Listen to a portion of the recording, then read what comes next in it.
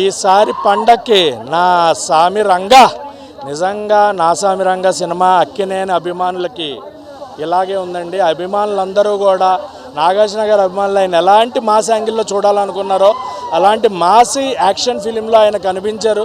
అభిమానులకు feast and Allari Naresh గారు నటించడం నాగార్జున గారితో అది ఇంకా పెద్ద పండగ అనమాట అక్కినేని అభిమానులకి. ఎందుకంటే అల్లరి నరేష్ గారే నాగార్జున గారి అభిమాని, అలాంటి అభిమాని నాగార్జున గారితో నటించడం అండ్ అభిమానులందరూ కూడా అల్లరి నరేష్ గారితో పాటు వాళ్ళు కూడా ఉన్నట్టుగా ఫీల్ అవుతున్నారు అల్లరి నరేష్ గారు నటించడం అనేది. సో చాలా బాగుంది సినిమా.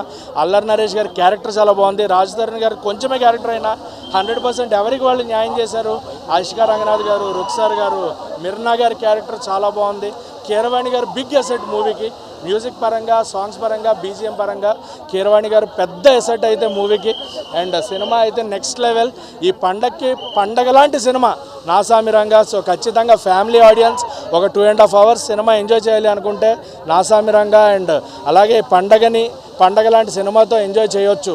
అండ్ ఈ పండగకి మనకి నా సామి రంగా ఆర్డర్ చూసుకుంటే, సీక్వెన్స్ ఆర్డర్ చూసుకుంటే ఫస్ట్ హనుమాన్, సెకండ్ నా సామి రంగా, థర్డ్ సైంధవ్. ఈ 3 సినిమాలు కూడా బ్లాక్ బస్టర్స్. 3 కనుక హ్యాపీగా ఫ్యామిలీస్ అందరూ కూడా వచ్చి చక్కగా థియేటర్లో ఫ్యామిలీతో పాటు వచ్చి ఎంజాయ్ చేసే సినిమాలు వచ్చాయి. సో పండగకి పండగ లాంటి సినిమాలు వచ్చాయి. Please do come and watch it in theatres.